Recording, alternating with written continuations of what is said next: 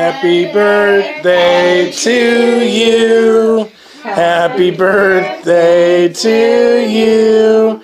Happy birthday, dear Cordelia. Happy birthday to you. No!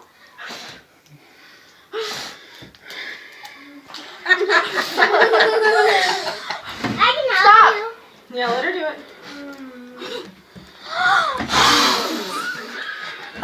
Come on, use those big girl lungs. Big girl lungs, you got it. Come on, come on, come on. Keep going, keep going, keep going. Go. Go, go, go, go, go, go, go, go, go, go, go, go, go.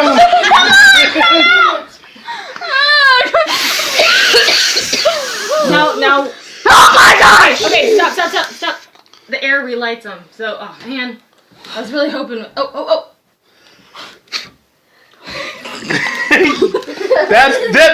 Those candles are obnoxious. Stop. Got it! Yay! Finally. Here. Oh, whatever. That's. There we go. Just waiting on it to start recording. So, it is Wednesday. Man, this week has gone by quickly, I feel like. Yesterday, Cordelia turned 11, which, being a dad was kind of heartbreaking. Not gonna lie, I got all teared up and everything, when she left to get on the bus, yesterday. It's hard watching your kids grow up. It's definitely hard to,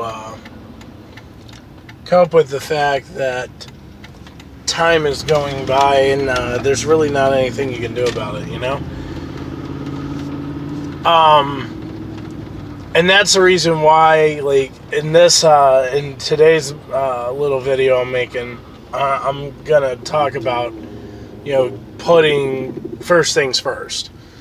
Typically, we don't do that. We suck at that. Like, we really, really suck at putting first things first. And what I mean by first things first is we're not good at prioritizing the important things in life.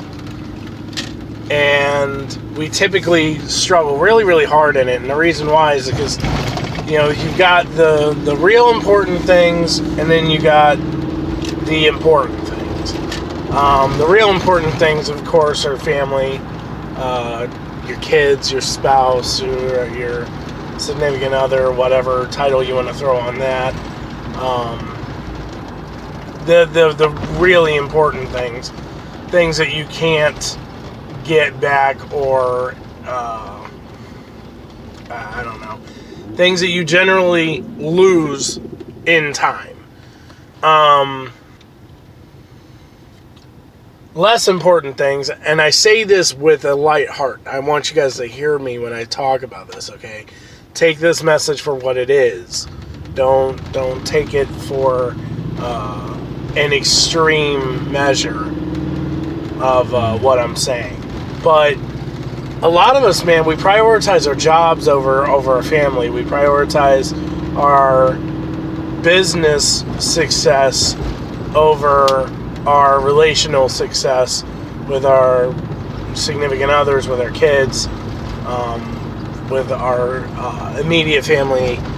We generally lose ground in those areas because we give ground to the other areas where we make money, where, you know, we gain recognition, where people recognize us for what we're doing. Parenting is its own reward. You know, your kids, not until they might get older, put out there that you were a phenomenal parent. You know, my 11-year-old daughter is not going to recognize me when I ground her because she did something wrong. she's not like, she's gonna be like, yeah, you're a great dad. Thank you for grounding me. I really appreciate it. You know, so on and so forth. So, typically we gravitate our time and our talents to the things that generate feel-good sensation, success, instant gratification, financial reward, you know, like a paycheck. And don't get me wrong, like I'm all about the success model when it comes to work. I believe in giving your 110, 120%, whatever you can to whatever job you do. And the reason why I believe in that is because I believe in hard work. I believe in hard work and hard work equaling success, even though we live in a society now where hard work is something that is not as rewarding as it has been in previous years or generations. Used to be, you know, the guy who sweat the most made the most. Nowadays, it's not necessarily that way. A lot of places show favoritism, and that sucks. A lot of places also give you more money incentive for knowledge, which is great. And like, I don't want to take away from anybody that goes to college. I went to college. I don't want to take away from anybody that has earned a degree or gotten where they need to go mentally, you know, with knowledge and success. But I am saying that, you know, generally, the person who works the hardest should make the most. Whoever puts in the most effort should be the one that reaps the biggest benefits. And like I said, I know that methodology is not necessarily sound in our society now, but that doesn't mean I'm going to change, or how I think about that's going to change.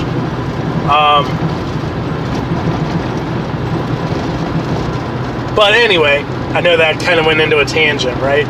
But anyway, like, seriously though, like, you gotta put first things first, family first,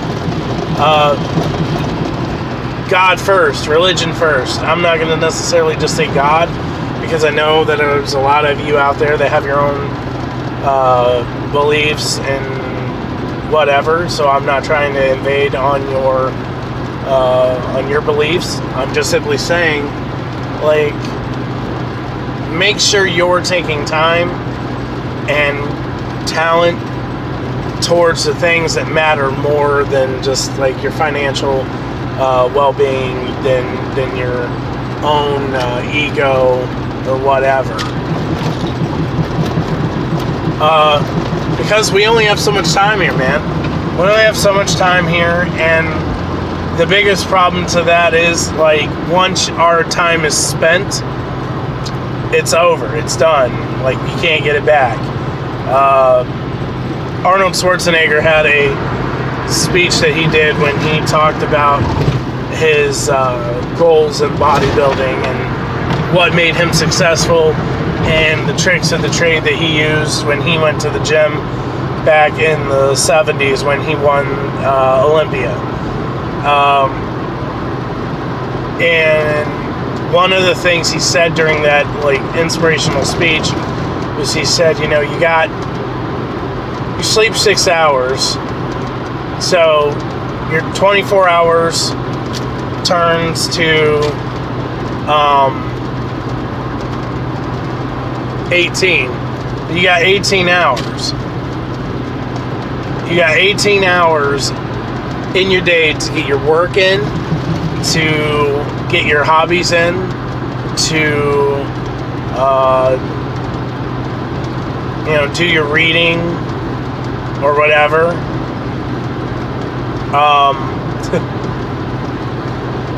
You have 18 hours though. with 6 hours of sleep. But he said, I know a lot of you out there say, well, I should sleep for 8 hours. And I loved his little response to that. He was like, you should sleep faster. But seriously, so like 6 hours, just say you sleep 6 hours out of the night, man. You got 18 hours to get stuff done. 18 hours to tell these people you love them. 18 hours to put in the work in your own life. 18 hours to give the time that you need to get yourself financially well. You got 18 hours to accomplish life. And if you got 18 hours to accomplish life, I feel like you should have no problem doing that. I feel like 12 hours in an office out of the 18. Okay, so say you work 12 hours. Let's see, 13, 14, 15, 16, 17, 18. That's still 6 hours. So you have 6 hours out of a 12-hour day to do something. To make an impact on your kids, to have that romantic dinner with your significant other, to visit your parents. We really need to dial in on first things first, because the clock's always ticking. Time is not on our side. I've heard that in I don't know how many songs, and you know, it's so true, and yet we act like it's such an off-distance thing, because we always feel like, oh, well, we got tomorrow. Oh, well, we'll just do that tomorrow. Well, we'll just do that tomorrow. I know I'm going to sound kind of cliche when I say this, but man, what if tomorrow never comes? What are you going to do? What are you going to do if you wake up and this was your last day? The last day that you had to make an impact in your family, with your kids, with your wife, with your coworkers, with your I don't know, whatever your life dynamic looks like, man. What if today was it? What if this was the last day you had to execute anything? I say that's pretty powerful.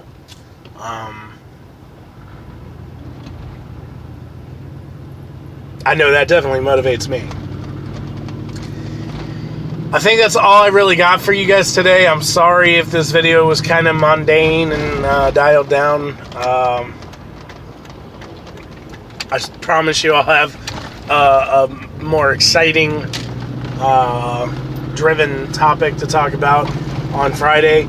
But I feel like this message needs to be put out there. Like, I know a great deal of times a lot of people talk about the end of, you know, what time we have left and all this stuff and that stuff. But I really want you to think about it, because like I said, I know it's cliche, but man, what if? What if today was the last day you got to see this beautiful sun? What if today was the last day you got to be the father that you are to your kids? Or mother, or husband, or wife, or son, or daughter, or whatever. What if it was the last time you got that opportunity? Just think about it.